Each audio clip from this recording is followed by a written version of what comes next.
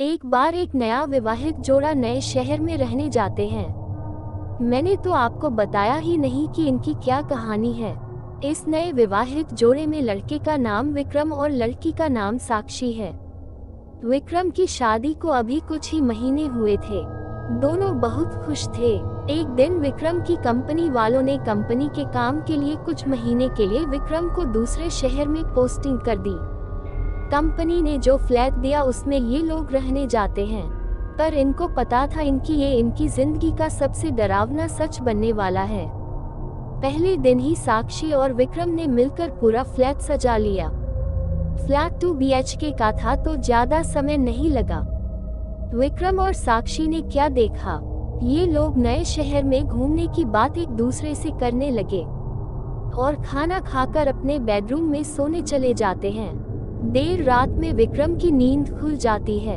वो पानी पीने के लिए उठता है। पलटकर जब वो साक्षी की तरफ देखता है तो उसे वहाँ साक्षी नहीं दिखती। दोस्तों, इससे पहले कहानी सुनाओ आपसे हाथ जोड़कर निवेदन है, प्लीज मेरे चैनल को सब्सक्राइब करें अगर आप भी अपने बूढ़े दादा दादी से प्यार करते हो तो।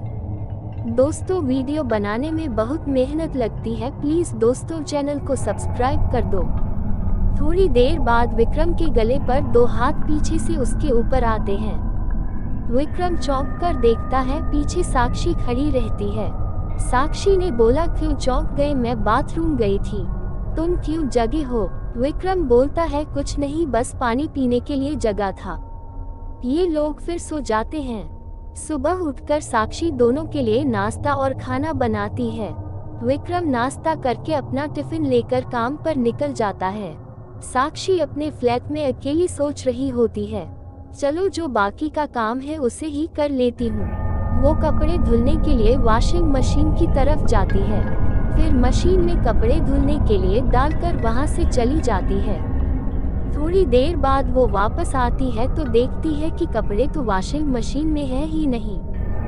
वो घबराकर इधर उधर ढूंढते ढूंढते अपने बेडरूम में पहुँचती है। वहाँ उसके सारे गीले कपड़े उसके बिस्तर पर थे। वो ये सब समझ नहीं पाती है। शाम को विक्रम के घर आने के बाद उसे ये सारी बातें बताती है। विक्रम इसे वहम समझकर बात काट देता है। विक्रम क्यों डर गया? रात में दोनों अपने बेडरूम में सोने चले जाते हैं। तभी रात में किसी की तेज तेज सांस लेने की आवाज विक्रम को सुनाई देती है। विक्रम धुंधली आंखों से बैठता है और मुड़कर देखता है तो वो बिस्तर से डर के मारे गिर जाता है। वो देखता कि बिस्तर पर साक्षी के बगल में कोई काला साया सोया है जो एक आदमी की तरह दिख रहा था। विक्रम दौड़कर बाथरूम में जाकर पहले अपनी आंख धोता है। वापस आकर फिर देखता है तो अब वहाँ कोई नहीं था। विक्रम को लगता है कि ये ठीक से न सोने की वजह से भ्रम हो रहा है। इसी तरह एक हफ्ता बीतने के बाद दोनों अब तक कई बार डर का सामना कर चुके थे, पर वो उसे भ्रम मानकर बार बार टाल देते थे। क्या थी उस भूत या फ्लैट की सच्चाई? फिर एक दिन रात में दोनों अपने बिस्तर पर सोए थे। कुछ देर बाद बिस्तर हिलने लगता है। दोनों की नींद खुल जाती है। पहले साक्षी उठती है तो सब नॉर्मल था, फिर भी वो चेक करने के लिए बिस्तर के नीचे झांकती है और जैसे ही वो बिस्तर के नीचे झांकती है कोई उसका बाल पकड़कर बिस्तर के नीचे खींच लेता है।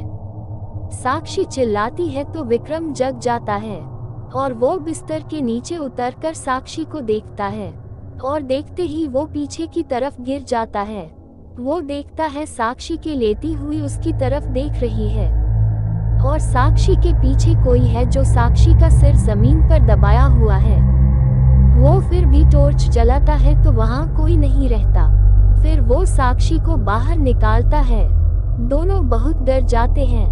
विक्रम और साक्षी दोनों कमरे से बाहर जाने की कोशिश करते हैं, पर कोई दरवाजे के पास खड़ा रहता है। दोनों की हिम्मत नहीं होती आगे बढ़ने की।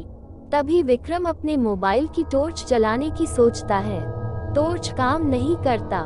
इस दौरान वो देखता है साक्षी उसके बगल में नहीं है। वो इधर उधर देखता है तो साक्षी दरवाजे के पास खड़ी होती है और डर के इशारे में कहती है, तुम्हारे पीछे है वो। विक्रम डरते हुए पीछे पलटता है, तभी उसे एक जोर का मुक्का पड़ता है। जिससे वो जमीन पर गिर जाता है। उसके बाद उसके ऊपर कमरे के सामानों से हमला होता है। विक्रम को काफी चोट आ जाती है। क्या दोनों में भागने में कामयाब हुए? उधर साक्षी दरवाजा खोलने में कामयाब हो जाती है। वो तुरंत विक्रम को उठाती है और वहां से निकलने लगती है।